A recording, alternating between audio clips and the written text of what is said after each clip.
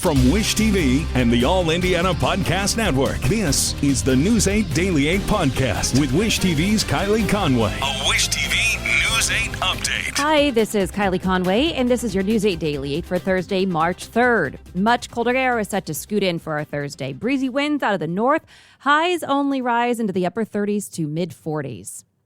A man was found dead in the basement of an abandoned Indianapolis building. Police say 3 men found the body around 11:30 last night inside a building on Emerson near 39th Street.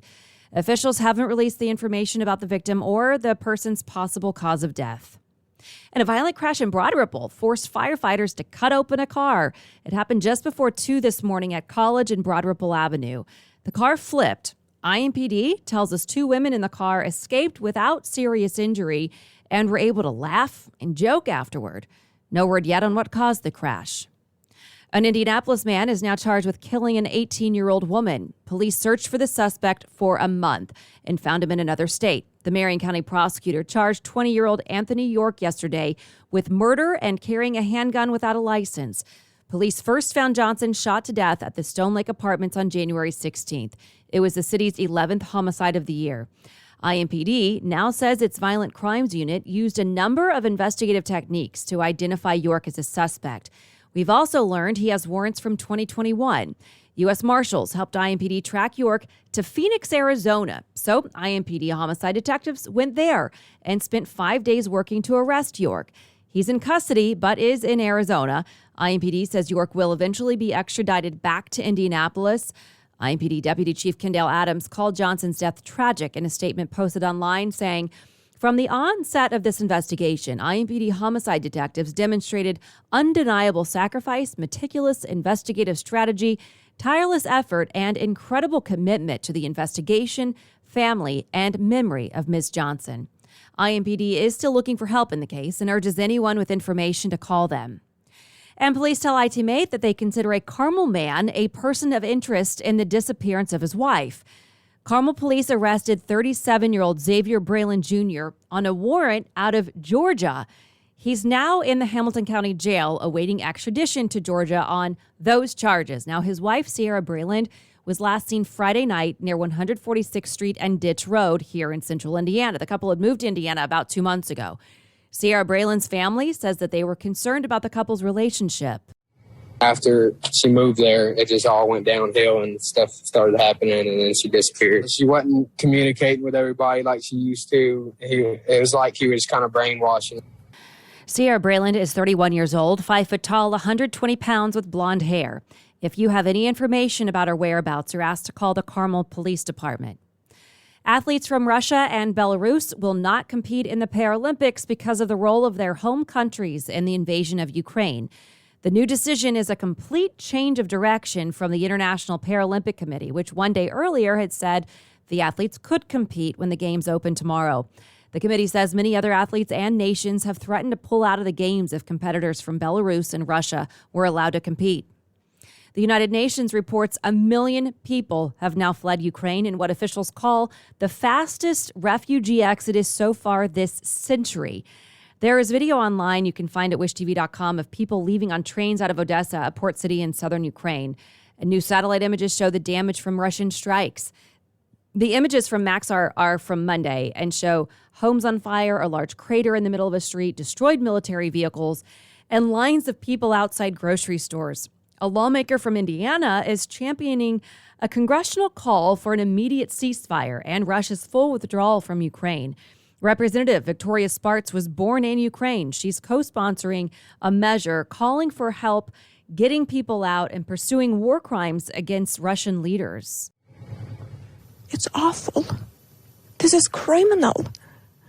These people cannot get away with that.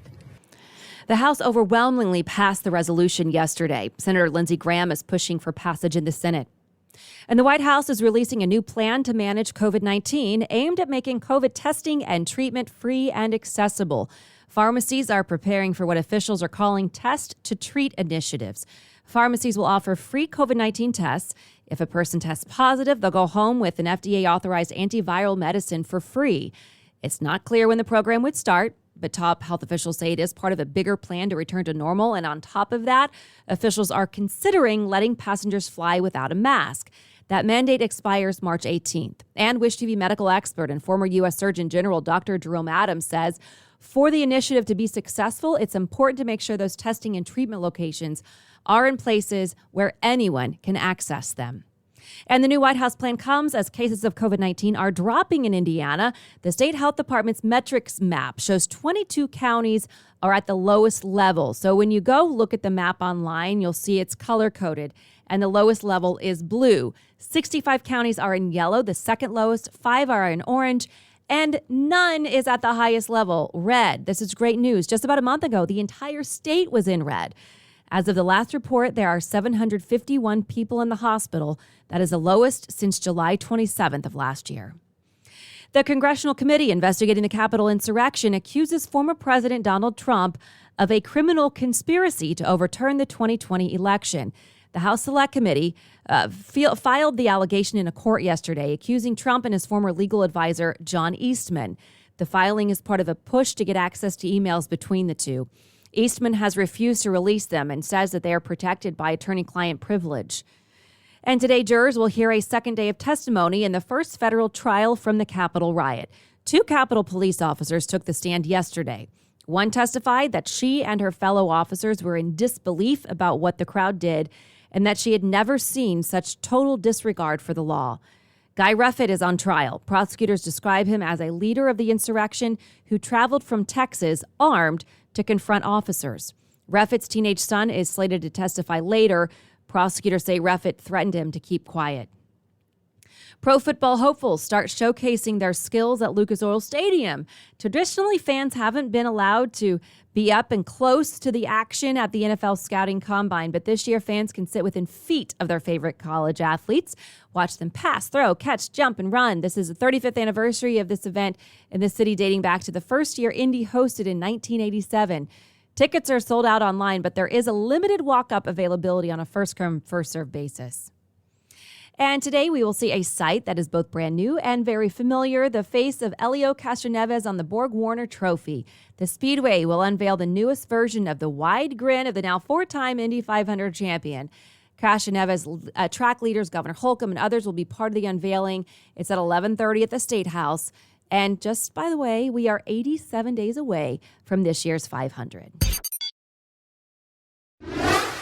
And as always, on Thursdays, Gary Dick, the host of Inside Indiana Business, joined us on Daybreak to talk Indiana business headlines. Here's the conversation. This morning, we're getting a closer look at how much money was invested in Indiana startups last year. Wish TV, of course, partners with Inside Indiana Business and the IBJ. Gary Dick is the host of Inside Indiana Business. Milestone birthday for what has become a major force in Indiana's emergence in life science. No question about it, Scott and Kylie. 20 years ago, BioCrossroads was formed to really promote and to help grow the life sciences industry. A huge presence was here in 2020, but that has grown, or 20 years ago, that has grown exponentially over the past 20 years indeed. In that 20 years, the industry has grown from $32 billion in terms of the impact it has in Indiana to $80 billion. Companies all over the state, really every county in the state has a presence in that industry. BioCrossroads says it has been involved in supporting more than 500, huge number, 500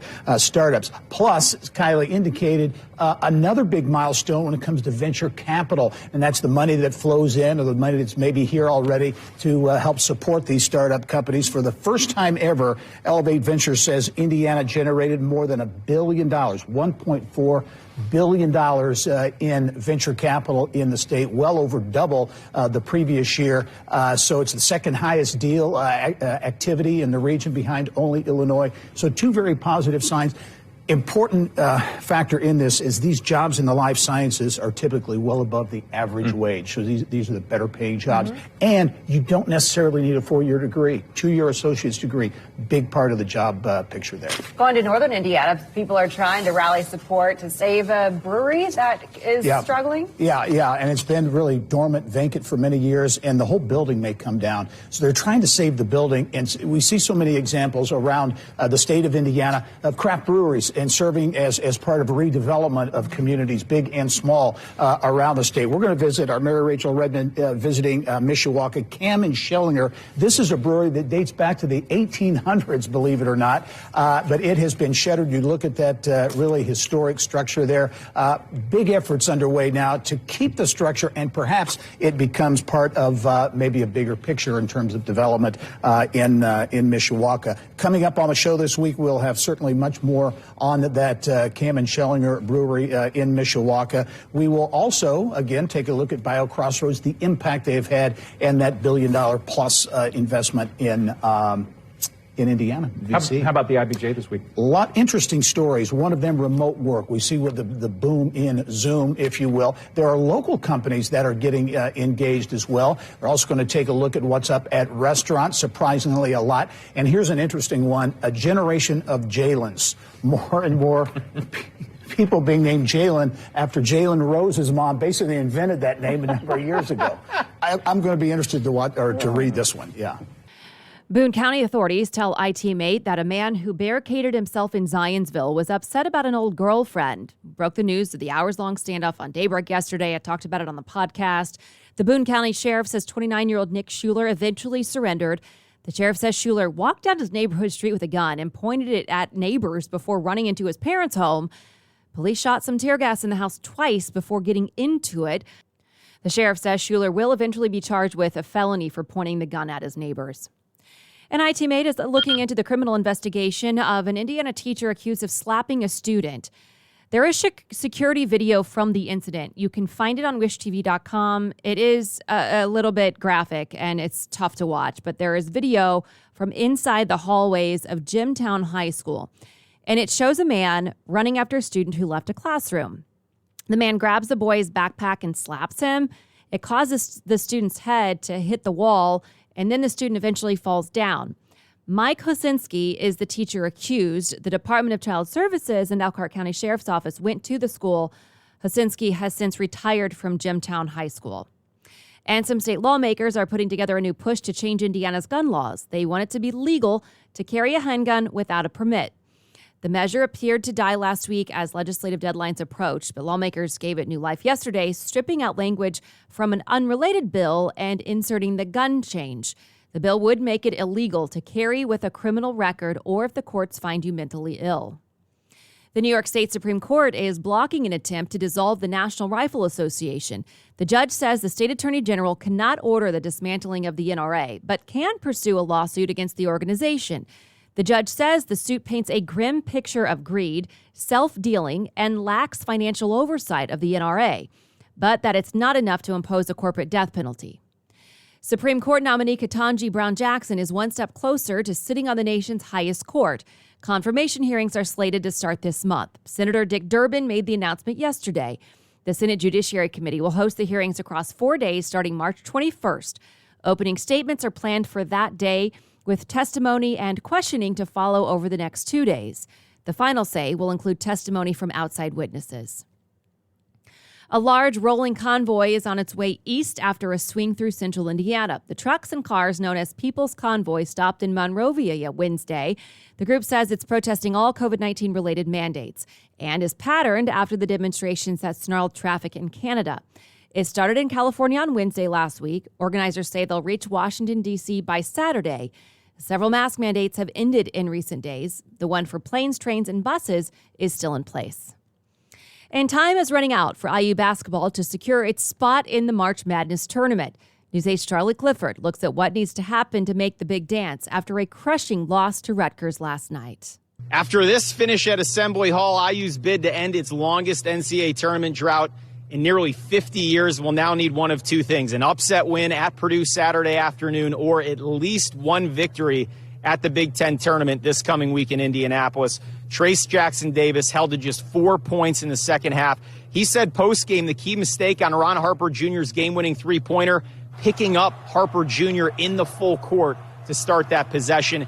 It steals away the win Mike Woodson may need when Selection Sunday rolls around. It hurts because, you want to win for Race and Parker. This was a special night for those guys. I remember 43 years ago, man, today, playing my last game in this building and winning a Big Ten title.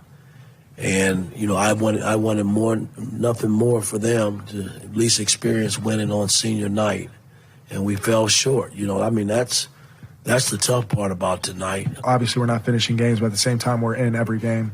It just comes down to the last 4 minutes of the game, and you got to get that one stop. You got to get that one possession, and because one possession can beat you. And so down the stretch, that's what we got to hone in on, and we got to focus on that last possession. We got to get one stop. We got to get one bucket to finish the game. So that's big on my teammates, and I think when we watch film, we're going to see that. The Hoosier shooting struggles really bigger than that final play. Xavier Johnson, the lone guard to make more than 2 shots against Rutgers. IU entered the night as one of the last 4 teams in the NCAA tournament field, according to most experts. Now there is work to do, and it looks like IU will head to Indianapolis as a 9 seed next week with a likely 8-9 matchup against Michigan, Michigan State, or Rutgers again. At Assembly Hall, Charlie Clifford, Wish TV, wishtv.com. And follow us on Facebook. And finally, Girl Scout cookies for blood donations. Today is Thin Mint Thursday. It's part of a partnership between Versity and the Girl Scouts to encourage and thank people for donating. Donors will get a free box of Thin Mints. Versity says cookies are available for donors at its Indianapolis, Fishers, Carmel, Greenwood, and Lafayette locations. This has been your News 8 Daily 8 for Wish TV. I'm Kylie Conway. Online at wishtv.com and follow us on Facebook when you search Wish TV. This is the News 8 Daily 8 podcast with Wish TV's Kylie Conway. A Wish TV News 8 update on demand. For even more, on demand and on the go. Connect with Wish TV on Facebook at wishtv.com and on the free Wish TV mobile app. Thank you for listening. And be sure to like, subscribe, and follow this podcast for updates every weekday morning on the All Indiana Podcast Network and wherever you get your podcast.